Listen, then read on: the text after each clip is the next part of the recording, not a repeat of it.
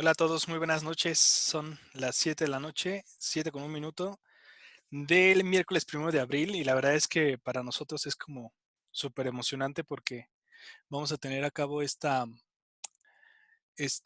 sesión. eh, Creo que por ahí ya me ven, ajá. Tiene que verse compartida. No es necesario que prendamos nuestros videos, podemos nada más estar con el audio para que porfa podamos retirar nuestras cámaras y hacer esto más sencillo porque aparte hay como problemitas con las redes de internet. Con esto. Solamente por el chat, porfa, confírmeme si por ahí me ven, me escuchan, perdón, y si se ve la pantalla con las letras de IBQ en casa. Voy a mover un poco por acá, hay que estar interactuando. Perfecto, muchas gracias. Bueno, la verdad es que estoy un poquito nervioso, deben de saberlo porque es la primera vez que se hace este tipo de sesiones. No he visto el número total de participantes, pero somos bastantes, somos 64. Créeme que me da mucha emoción porque sé que en esta situación que estamos viviendo de contingencia, es algo interesante y es algo complicado de repente, ¿no? El reunirse, pero creo yo que en el TEC de Morelia, y eso es algo que nos representa mucho a los ponis, somos gente con muchas capacidades y gente que siempre quiere salir adelante. Entonces, pues bienvenidos, no me resta más que agradecerles su presencia en esta primera sesión de IBQ en casa. Es una idea que surge como una iniciativa muy loca, pero la verdad es que pues me da mucho gusto que todos estemos por acá, que participemos, siéntanse con la confianza. Al final vamos a dar unos pequeños minutitos para algunas preguntitas, si es que llegase a ver. Y pues bueno, más que nada, presentarles. Mi nombre es José Martín Carlos Pérez. Muchos de ustedes a lo mejor me conocen, otros no. Soy docente en el Tecnológico de Morelia. Hace un tiempo tuve la oportunidad de ser nombrado director del Centro de Incubación e Innovación Empresarial.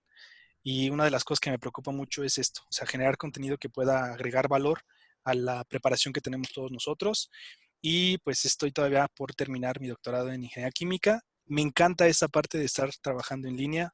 Mis alumnos a lo mejor que están por aquí conectados lo sabrán. Y pues nada más quise aprovechar la primera sesión del día de hoy porque sí se han sumado bastantes personas con temas muy interesantes, pero quise aprovechar la primera sesión para darles la bienvenida, agradecerles, decirles que estamos todos con ustedes. En el TEC de Morelia estamos muy preocupados por todos y cada uno de ustedes, para que se mantengan por favor en casa, se cuiden y pues estén siempre al pendiente de ustedes, ¿no? Entonces, pues vamos a comenzar para no delegar tanto tiempo porque esta aplicación solamente nos da 40 minutitos. Entonces vamos a iniciar con la primera. Como les decía, bienvenidos tengan todos ustedes a este primer ciclo de conferencias online IBQ en casa. Y bueno, el tema del que les quiero platicar es acerca de un tema que a mí en lo personal me apasiona mucho. Es uno de los temas que he trabajado desde la maestría y el doctorado y que he encontrado cierto contenido y una gran relación con lo que estamos estudiando como ingenieros bioquímicos, que son las biorefinerías, su desarrollo y la obtención de productos. Y bueno, la agenda para esta sesión, para esta charla, es precisamente hablar acerca de los inicios, algo que se llama un concepto de que está denominado como Chemergy, y las biorefinerías, cuál es su concepto, cómo evoluciona, y pues también hablar de las biorefinerías ya en propia situación y algunos productos que tenemos obtenibles. Y créanme que todos los que somos ingenieros bioquímicos o todos los que tenemos alguna relación, no solamente con la bioquímica, sino con la química, con procesos químicos farmacobiólogos, todos le podemos entrar al quite utilizando y generando economía a partir de cosas que tenemos en casa, que tenemos muy cercanas, y la cuestión es saberlas utilizar de forma adecuada. Y bueno, para reflexionar quisiera iniciar con esta pequeña frase. Esta frase dice que hay suficiente en el mundo para la necesidad humana, pero no para la codicia humana. Esto lo dice Mohandas Gandhi, una persona muy preocupada por esta parte del desarrollo sostenible, por esa parte del desarrollo sustentable. Y justamente el tema de biorefinerías hace relación a eso, hace relación al poder establecer qué podemos aprovechar, cómo lo podemos aprovechar, pero sobre todo sin olvidarnos que somos seres naturales, somos seres vivos, pertenecemos a la naturaleza y pues valga mencionar que actualmente estamos viendo una contingencia que quizás es un llamado, un jalón de orejas, por así decirlo, ante estas situaciones. Y bueno, comentarles que en los inicios, las refinadoras de petróleo como tal, pues sabemos que una de las principales fuentes de energía a nivel mundial es el petróleo, es todo el derivado de este oro negro que le llamamos. pero comienza su descubrimiento como en 1880, 1890, con el primer yacimiento de petróleo, se encuentra este oro negro, se comienza a explotar, pero fue ya hasta la segunda mitad del siglo XX cuando se empieza a trabajar esta porción y a generar procesos más establecidos. De hecho, la ingeniería química surge a partir de este tipo de entender los procesos. La parte de la ingeniería de procesos surge también para optimizar los mismos procesos de obtención de algunos compuestos de interés a partir del petróleo y propiamente las operaciones unitarias, que es algún tema que ciertamente me apasiona mucho. Y también surge a partir de esto, a partir de aplicar la ciencia para poder entender y comprender cómo funcionan estos proyectos, cómo obtener productos de valor agregado a partir de las mismas y bueno, sobre todo, cómo poder extraer o generar riquezas. Eh, Esto es bien interesante porque algunos de los efectos que tenía estas refinadoras de petróleo y que no se sabía a ciencia cierta era una incertidumbre en la disponibilidad y el precio del petróleo. Eso es algo que estamos viendo actualmente porque podemos, digo, no podemos salir de casa, pero los que tienen coche y los que han podido observar en las gasolinerías en cualquier momento, han podido observar que el precio del petróleo, de la gasolina, perdón, al menos la verde, la roja y el diésel, que son los principales compuestos que utilizamos nosotros, han bajado bastante de precio. De estar en cerca de los 20 pesos, han bajado incluso hasta los 13, 14 pesos. Y esto se debe a una producción en grande, una gran oferta del combustible que hace, siguiendo la ley de oferta y demanda, que al haber tanto, pues se tiene que abaratar el costo para que sea un poquito más fácil de comprar y que se puedan gastar todos los, vamos a llamarlo, los inventarios que tengamos del combustible.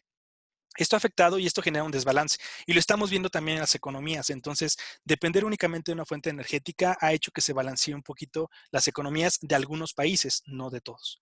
Otra de las cosas es que es imposible establecer un modelo de desarrollo sostenible cuando seguimos utilizando una materia prima cuyo componente final, que en este caso sería la oxidación del carbón, el CO2, pues no se está utilizando de otra manera. Estamos acumulando una gran cantidad de CO2 y sí, ciertamente hay organismos fotosintéticos que utilizan el CO2 para llevar a cabo ciertos procesos bioquímicos y generar algunos compuestos de interés, como puede ser el caso de las algas verdes. Eh, También los árboles utilizan CO2, pero la tasa de consumo es mucho menor que la tasa de producción que estamos teniendo. Y aquí es cuando hay un desbalance bien interesante y muy complicado. Aparte de que generamos un impacto ambiental, hace algunos años se mostraban notas donde hay buques que transportaban petróleo, transportaban diésel o algún otro tipo de combustible derivado del petróleo y terminaba yéndose hacia los arrecifes o terminaba contaminando. Entonces generaba un impacto ambiental muy cañón. Muchos arrecifes terminaron siendo dañados a gran escala, muchos lagos, muchos mantos acuíferos. Nuestro principal sustento, pues también tenemos el agua, es un recurso natural que utilizamos en demasía, que estamos sobreexplotando incluso. Y aparte, si lo contaminamos, pues reducimos la cantidad de agua que tengamos disponible para utilizar. También, pues es bien importante checar que muchos de los países que tienen economías fuertes, economías sólidas y que han diversificado sus fuentes de obtención de energía, pues han logrado esta independencia energética que muchos países anhelan. México no se ha podido desprender del todo del petróleo y bueno, las políticas actuales no lo han permitido, pero poco a poco hay gente que está empezando a trabajar con esto. Tenemos que empezar a cambiar el chip, tenemos que empezar a cambiar la comodidad por la conciencia ambiental y por la sustentabilidad como tal. Y bueno, justamente en los 20, cuando estaba toda esta época del baile del Charleston y toda esta situación, cuando ya se empezaba a utilizar el petróleo, cuando ya generaban los primeros vehículos automotores o se generaban algunos motores de combustión interna, utilizaban ese tipo de componentes. Sin embargo, surge la necesidad energética, aún no se explotaba al 100% el petróleo y se comenzaban a utilizar algunos productos agrícolas con fines distintos a los alimentarios. A esto le llamaban Chem-Urgy, que sería como químicos de urgencia, una traducción más o menos al español, y utilizaba pues productos alimenticios. En México está prohibidísimo obtener energía a partir de derivados alimenticios porque siempre han puesto en primer lugar la alimentación de la población y en segundo lugar la parte energética. Aparte tenemos petróleo, entonces la gente normalmente dice, pues si tengo petróleo, ¿por qué voy a invertir un alimento para generar energía si tengo un combustible fósil que puedo utilizar? Pero ahí está el problema de que pues seguimos utilizando ese tipo de combustibles que a la larga pueden generar un problema que ya estamos viviendo, que ya estamos observando en ciertas partes del planeta. Y bueno, este es uno de los problemas que puede hacer. Sin embargo, utilizar estos productos agrícolas con fines distintos alimentarios, el Chemourgy, generaba compuestos que no eran competitivos porque eran muy caros. Ahorita hablamos mucho de biocombustibles y utilizamos bioetanol y utilizamos biodiesel y todo ese tipo de cosas, pero eso es algo que ya se utilizaba antes de que llegara el petróleo, y lo podemos ver en muchas series de televisión, películas de épocas del siglo XV, del siglo XVI, siglos o años anteriores a que se comenzara a explotar el petróleo o que existían las refinerías incluso del petróleo. Utilizaban aceite de ballena, los aceites de pescados, los aceites derivados de algunas semillas oleaginosas, utilizaban incluso el sebo de los animales para poderse mantener iluminados. Algunos de los grandes estudiosos, filósofos, incluso científicos de épocas antiguas no conocían todavía el petróleo y ellos trabajaban con lo que ahora llamaríamos biocombustibles. Siempre han existido, siempre se han utilizado, pero el problema es que cuando se abarata el costo de los productos derivados del petróleo y los hace más accesibles, la gente comienza a utilizarlos. Esa es una de las situaciones bien interesantes. Bueno, comentarles que la industria química utiliza, al menos este era un dato hasta hace 5 años, 4 años, no ha sido actualizado todavía, pero la industria química utiliza parte del 15% del petróleo. Lo utiliza principalmente como fuente energética en todos los procesos de transformación. Yo puedo asegurarles que este 15% del petróleo a lo mejor ya se está aumentando un poco más porque uno de los principales consumidores de energía es la transportación. Y llámese transportación de personas, transportación de mercados, transportación de lo que ustedes imaginen, es uno de los principales consumidores de energéticos, hablando principalmente de petróleo, a nivel mundial. La industria química en este caso, pues solamente 15%, y de ese 15%, el 10% lo utiliza como materia prima. ¿Para qué? Para obtener algunos compuestos derivados del petróleo, como pueden ser plásticos, que también tenemos un alto problema con los plásticos y contaminantes. Entonces, muchos de los derivados del petróleo no es satanizarlos, pero sí es saber que tienen un impacto en el entorno que en su momento no se consideró, que en su momento no sabía y que ahora se producen en demasía, están bien posicionados en el mercado y llegan a generar ciertos problemas después ambientales. Pero hablaremos después de ello. Y únicamente del 4 al 5% de este 15% del petróleo que ellos utilizan lo utilizan como fuente energética. Algunas de las empresas, les puedo platicar, algunas empresas en Morelia, tienen incluso contenedores de diésel que actualmente ya no utilizan porque han hecho esta conversión, pasar de utilizar petróleo a utilizar gas LP o gas natural. Perdón, es gas natural. Incluso lo hemos visto en algunas combis, y voy a mencionar las combis grises de Morelia. Muchas de ellas utilizan ya este gas natural, que es una propuesta, es un poco más verde, menos contaminante, vamos a decirlo así, menos contaminante que utilizar la gasolina, pero a final de cuentas utilizamos o seguimos utilizando un derivado del petróleo. Y recuerden que uno de los problemas del petróleo es que no sabemos a ciencia cierta, a pesar de que se haya estudios o que sí se haya estimado, porque es un caso de la estimación, cuándo se pueden acabar, no sabemos a ciencia cierta qué pudiese estar pasando con la cantidad disponible de petróleo que haya en el mundo. Y esto puede desatar muchos problemas entre países. Bueno, todos los años, desde el año 20, que ya se explota esta parte de obtención de energía a partir del petróleo, comienza a evolucionar y llegamos hasta los años 90. En los años 90, un poquito antes de los años de entrada a los 90, como en 1886, según recuerdo, se establece un informe que es el informe de Brundtland. En el informe de Brundtland, a esta señora, Gro Harlem Brundtland, fue la encargada por parte de las Naciones Unidas de generar un diagnóstico y análisis de cómo se encontraba el planeta en ese momento. Entonces ella propone un concepto que nosotros ya conocemos y que hemos repetido año con año, al menos los que hemos estado en desarrollo sustentable y los que van a llegar a esa materia, pues sabrán que es un concepto muy importante, precisamente el de desarrollo sustentable. En sus inicios se consideraba que el desarrollo sustentable era satisfacer nuestras necesidades actuales sin poner en riesgo la capacidad que tengan las generaciones futuras de satisfacer sus propias necesidades, es decir, comer o utilizar justo lo que necesita ahorita, pero no dejar al futuro sin la capacidad para ellos mismos consumir algunos recursos o algo por el estilo. Y derivado de este tipo de conceptos que después evoluciona cuando es la Declaración de Río en 1991, cuando ya se quita la parte de hablar del desarrollo sustentable únicamente basado en personas, la parte homocéntrica, vamos a decirlo, se establece que el desarrollo sustentable es aquel desarrollo que permite que una comunidad pueda salir a flote o pueda salir ganadora cuando se encuentra en una relación estable o en equilibrio con su entorno. Entonces, más o menos, palabras, tiene que ver con con este nuevo concepto del desarrollo sustentable, que habla de que ya no somos solamente nosotros, sino es toda una comunidad, toda una esfera de organismos vivos, de seres vivos que participamos y trabajamos en conjunto y que todos necesitamos. Hace algunos años la ONU mandó un reporte donde dice que considera al ser vivo más importante del planeta a las abejas. Sin embargo, a pesar del papel tan importante que tienen las abejas, muchos de los seres vivos, toda la relación que conocemos actualmente en la naturaleza depende de todos y cada uno de nosotros. En alguna clase a mis estudiantes les preguntaba en desarrollo sustentable que cuál era la importancia en el ecosistema de las cucarachas. La verdad es que yo tampoco sabía en ese momento, pero después fue bien interesante porque cosas que nos resultan aberrantes en su momento y que decimos es que, ¿por qué existen las cucarachas? ¿Por qué existen los moscos?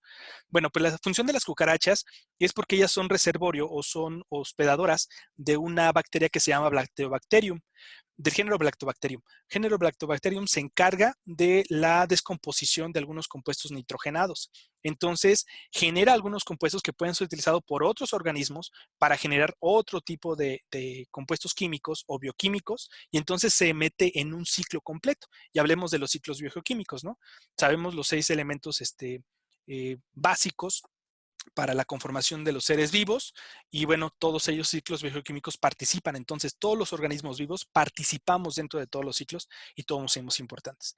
Llegando acá a la biorefinería, y eso es importante ligarlo, la biorefinería se establece este concepto como una serie de procesos o una serie de pasos que permiten convertir la biomasa lignocelulósica para generar combustibles, energía y otros productos de valor agregado. Principalmente hablamos de combustibles. Esa es una de las principales cosas porque el consumo energético a nivel mundial es muy alto. Necesitamos también químicos de plataforma. ¿Qué son estos químicos de plataforma o building blocks que se llaman en inglés? Son como los compuestos base para generar otros compuestos a partir de una serie de ingeniería de reacciones o de otros procesos reactivos. También unos derivados de la biorefinería, por ejemplo, algunos bioplásticos, podemos hablar de esos derivados, o simplemente energía. La gente cuando hace, por ejemplo, pan en los hornos de barro, utilizan leña, utilizan carbón, y así es como se puede utilizar este tipo de biomasa lignocelulósica. Ojo, el concepto de biorefinería no solamente se centra en la biorefinería lignocelulósica, hay otras biorefinerías que utilizan incluso algas verdes, hay varias generaciones de biorefinerías, pero la que nos vamos a enfocar en esta charla es justamente hablar de biorefinería lignocelulósica. Y ustedes pueden observar la imagen de Popeye. ¿Por qué? Porque este concepto de biorefinería se apoyó cuando se hizo todo el análisis histórico de qué es lo que ya estaba haciendo la gente para tratar de contrarrestar el efecto dañino que tenía el petróleo. Pues se apoya mucho en esta existencia del Chemourgy cuando se empezaban a utilizar productos alimenticios para obtener energía. Pero la gente decía es que no podemos dejar a la gente sin comer. Entonces, ¿por qué no utilizar los mismos residuos que se generan de los alimentos para producir energía? Y entonces es como surge todo este concepto de poder entender la biorefinería desde el punto de vista de la utilización de la lignocelulosa. Y bueno, ¿por qué hablamos de biorefinería? Y mucha gente dirá, pero es que la biorefinería solamente es una utopía de cómo podemos llegar. Quizás ciertamente hasta el momento en México puede ser una utopía, sin embargo ya hay algunos ejemplos en ciertas universidades, en ciertos institutos tecnológicos, donde hay plantas piloto para producir energía o productos derivados a partir de biomasa lignocelulósica. El concepto de biorefinería permite entender que las fuentes de carbono son naturales, son normales. Tenemos compuestos como los árboles, por ejemplo, plantas, residuos agroindustriales, háblese toda la hojarasca, incluso de los árboles cuando es otoño o cuando llega el invierno y se caen todas las hojas, o incluso cuando nosotros podamos en nuestra casa, quitamos el pastizal, todas las ramitas del sorgo, cuando se consumen o se plantan milpas para la producción de lote o de maíz, pues toda esta parte del residuo se puede utilizar. Entonces ellos consideran que utilicemos todos los desechos, que los metamos a un proceso de transformación química, bioquímica, transformaciones catalíticas, para generar entonces combustibles líquidos o combustibles. Podemos generar energía a partir de formación de pellets, por ejemplo, biocombustibles sólidos, o algunos otros productos de interés. Algo que está pegando mucho y que se está utilizando mucho, por ejemplo, en España, están haciendo este tipo de polímeros, o estaban haciendo, creo que lo siguen haciendo, porque ellos son uno de los grandes consumidores de jamones. Entonces, para cubrir el embutido, el jamón, ellos utilizaban unas membranas que son pues principalmente plásticos, ¿no? Entonces, lo que estaban haciendo, y eso fue hace unos 6 años, estoy hablando cuando tuve la oportunidad de coincidir con una persona que estaba trabajando allá en España, ellos estaban haciendo estas biopelículas, pero a partir de utilizar maíz. En México no podemos utilizar el maíz para hacer absolutamente, no podemos utilizarlo para producir energía, bioetanol principalmente, está en la ley. porque pues es la base alimenticia de nosotros como México, es la base alimenticia de nuestra cultura. ¿Podemos producir energía a partir de otros tipos de cultivos? Sí, pero que no sean dedicados a la alimentación. Sin embargo, en España sí lo estaban utilizando almidones derivados de este tipo de semillas y entonces estaban generando biopelículas. Estas películas estaban utilizándolas para los embutidos y entonces hacían un proceso un poquito más biodegradable, vaya el plástico. No lo sustituían en algunos casos al 100%, pero así había un porcentaje que estaba eliminando de plástico, reducía el consumo de plástico y eso puede verse a favor para reducir el consumo de los derivados de petróleo, pero también del derivado que puede generar el impacto en el entorno. Y bueno, la idea de la biorefinería o el concepto al que se atañe la biorefinería es que el mismo CO2, el producto de oxidación que se va a generar del carbón una vez que se utilizan los derivados de la biorefinería, entonces este CO2 entraría como en un ciclo de carbono neutro, porque el CO2 que estamos generando al utilizar estos derivados, pues sería el mismo CO2 que se está utilizando para generar la materia prima de los procesos de biorefinería. Cosa que no llega a suceder con los derivados de petróleo, porque el petróleo se extrae, una vez que se extrae se procesa, se generan los combustibles principalmente, o algunos de sus compuestos, se genera CO2, pero este CO2 ya no regresa porque ya no se consume. Tenemos la misma tasa de vegetación y tenemos una tasa de consumo constante, no es que le demos cucharadas a toneladas de CO2 a las plantas para que lo consuman y ellos lo consuman, no, no podemos afectar de esa manera todavía su metabolismo, pero entonces el CO2 por parte del petróleo se acumula. Esa es una de las ventajas o una de las ideas que plantea las biorefinerías, que participa en un ciclo carbono neutro. Y bueno, la idea es que países como nuestro hermoso México pasemos de estar en una petroeconomía a transitar hacia una economía basada no en biorefinerías como tal, pero sí en productos biológicos que sean menos agresivos contra el impacto ambiental. Y un ejemplo que les puedo dar para que después puedan buscar ahí en YouTube o incluso, Costa Rica el año pasado, si mal no recuerdo, ganó un premio porque es el país que genera, si no el 100%, más del 90% de la energía a partir de fuentes renovables, de fuentes alternativas energéticas que permiten entonces reducir el consumo de petróleo. Y qué casualidad que los países que más han apostado por diversificar sus fuentes energéticas han sido los países que no tienen petróleo. Son países que pues no han sido beneficiados geográficamente con la distribución del petróleo y son los países que más han tenido a bien invertirle en la búsqueda de fuentes energéticas alternativas que son más verdes, vaya, que son más green respecto al concepto que utilizan en Estados Unidos como greener, que es más verde, para cuando un producto, un compuesto, un derivado, lo que sea, tiene menos impacto en el entorno. Y es bien padre, por ejemplo, en España. España sé que tiene, creo que tiene algunas reservas de petróleo, pero también tienen campos eólicos completitos. Ellos, cuando tú vas de Madrid hacia Barcelona, pasas por Zaragoza y en el campo de Zaragoza hay una región donde ves todos los eolos, ves todos los generadores de energía eólica y son literal valles, son grandísimos y se ve impresionante porque tú vas sobre la carretera y alcanzas a ver en el paisaje y los vislumbras y vas viendo que pues están invirtiéndole, vaya, a esta parte de generar fuentes energéticas alternativas.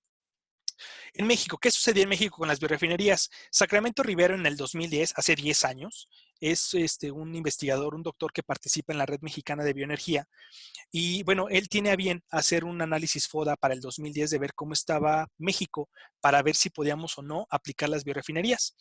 Veíamos, ustedes conocen el análisis FODA, que es fortalezas, debilidades, oportunidades y amenazas. Como fortalezas en México, por mencionar algunas, veía que había una gran biodiversidad y disponibilidad de biomasa lignocelulósica. También consideraba que en México había un buen nivel de producción individual de investigadores mexicanos y de buena calidad, que han cambiado sus temas de investigación hacia el repunte de buscar fuentes alternativas de energía. También creía que había disponibilidad de un marco regulatorio para el uso y explotación de los biocombustibles, que si no existía, se podría generar. Como debilidades veía que existía una pobre vinculación academia-industria. Seguimos creyendo que los industriales pueden resolver las cosas por sí solos o la industria puede resolver sus problemas por sí solos. Seguimos creyendo que en la academia estamos generando proyectos o que en las escuelas estamos generando proyectos que resuelven o que buscan el hilo negro de las cosas, pero realmente lo que tenemos que hacer y lo que ya está evolucionando, el TEC es pionero también en esa parte, es unificar los esfuerzos que hace la academia con los esfuerzos que está haciendo la industria y sobre todo introducir al gobierno, porque a final de cuentas puede ser un proyecto muy bueno, pero requerimos esta parte de gobernanza para establecer políticas públicas que faciliten el trabajo. ¿Cómo se van a venir beneficiados, por ejemplo, los que producen mezcal? Porque en la producción del mezcal, pues el mezcal no es el único producto que se obtiene. Se obtienen otros residuos que no son tratados y que pueden obtenerse como otros subproductos. Y ahorita vamos a hablar principalmente de esa biomasa lignocelulósica. También, pues sabemos que en nuestro país, desgraciadamente, hay altos índices de corrupción, todavía siguen persistiendo y no somos los únicos, ¿eh? En muchos países existe la corrupción en menor grado o en menores niveles, pero ese es un problema siempre para el establecimiento de nuevas estrategias. ¿Cuál es el problema también? Que el gasto nacional en ciencia y tecnología iba disminuyendo, y eso lo decía en el 2010, ¿eh? Y si ahora lo revisamos, la inversión que se ha hecho, pues ha sido poca, a veces es insuficiente, o se va a ciertos lados a donde, o no llega a donde tiene que llegar. Como oportunidades veía que tenemos una capacidad instalada con excesos por los ingenios azucareros. Esa es una cosa bien interesante. Los ingenios azucareros producen azúcar a partir de la caña, pero también tiene una gran cantidad de residuos. Entonces empezamos a diversificar. Situaciones ya establecidas o industrias ya establecidas, podríamos maximizarlas, mejorar sus procesos y obtener algunos otros productos de valor agregado.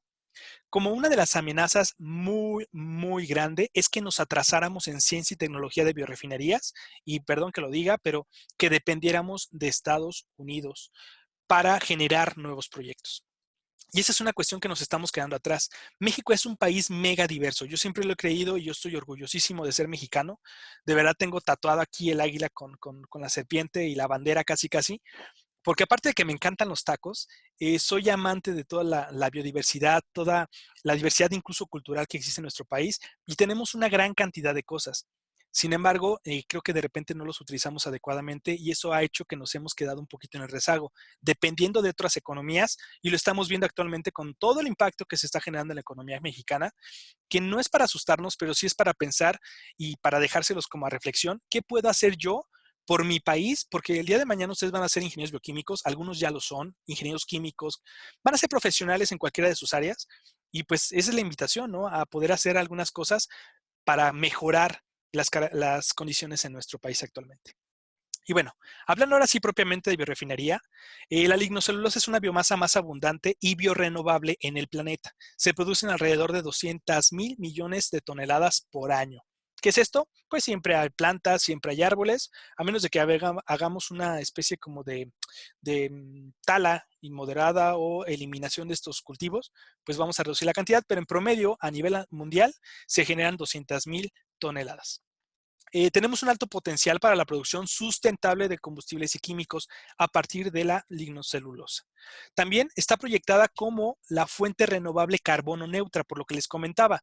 Como la misma lignocelulosa se genera a partir del CO2, ustedes tienen que recordar el proceso de la fotosíntesis, donde uno de los ingredientes necesarios para que se lleve a cabo la creación de estructuras de carbono, pues es precisamente el CO2. Después sigue la fotólisis del agua, se condensan estos componentes y entonces generamos estructuras carbonadas, y ya recordarán de sus clases de bioquímica el ciclo de las pentosas, por ejemplo. Eh, entonces, pues estoy generando el CO2 a partir del uso de la lignocelulosa y el mismo CO2 sirve, perdón, como elemento o ingrediente para generar más lignocelulosa. Por eso es ahí que se dice que es carbono neutro. Bueno, la lignocelulosa pues se encuentra principalmente en las plantas vegetales, se encuentra en la pared secundaria, según mal no recuerdo, y tenemos tres componentes de interés. Tenemos lignina, tenemos celulosa y tenemos semicelulosas. La celulosa ustedes la pueden ver del lado derecho, se encuentra en un porcentaje que va desde el 35 hasta el 50%. Es uno de los componentes mayoritarios, aunque depende de la especie, el año, la parte de la planta que estemos hablando o del organismo vegetal, pero se tienen un promedio de 35 a 50%. De los números rojos, del 10 al 25% se encuentran, la lignina.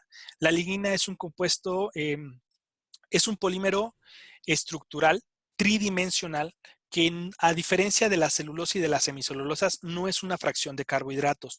No está compuesto por glucosas, por fructosas, por algunas otras hexosas o pentosas, sino está compuesta por al menos tres radicales importantes que más adelante vamos a platicar sobre ellos. Pero la lignina es la única fracción de la lignocelulosa que no es carbohidrato. no puede ser digerida fácilmente. De hecho, es un compuesto recalcitrante. ¿Y qué es un compuesto recalcitrante? Que tarda mucho, persiste mucho en el entorno antes de ser degradado. Y bueno, del 20 al, 25, al 35% encontramos a las hemicelulosas. Mucha gente dice que es hemicelulosa. No, es un grupo de hemicelulosas en plural, porque no existe un solo tipo de hemicelulosa. Existen muchas formas de cómo se condensan todas las pentosas y hexosas o algunos ácidos derivados de las hexosas. Se condensan de diferentes formas en diferente patrón y por lo tanto hace que las hemicelulosas sea un grupo hetero, un grupo heteromorfo y aparte que sea un heteropolímero. Es decir, que no existe solamente una forma polimérica, existen muchas y eso hace que sea un grupo bastante interesante. Las hemicelulosas y las celulosas sí son una fracción de carbohidratos. Y bueno, la celulosa rápidamente es un polímero de D-glucosas unidas por enlaces beta 1,4 glucosídicos. Ustedes pueden revisar que la celulosa es estructuralmente muy parecida al almidón. Sin embargo, el patrón de enlace que existe en el almidón, en el almidón existe un patrón de enlace distinto de las glucosas y por lo tanto tiene funciones biológicas muy distintas. Nosotros no podemos degradar la celulosa, de hecho la celulosa forma parte de la fibra. Todo aquello que es fibra puede ser parte del lignocelulosa. Pero el almidón sí lo podemos consumir, lo podemos hidrolizar, lo podemos metabolizar y bueno, utilizar la glucosa a partir del almidón, que es como ingerimos nosotros nuestra principal fuente de carbono.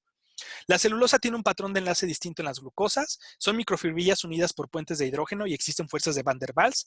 Su conversión en biocombustibles ha tomado mucha importancia porque a partir de la celulosa se ha generado principalmente bioetanol.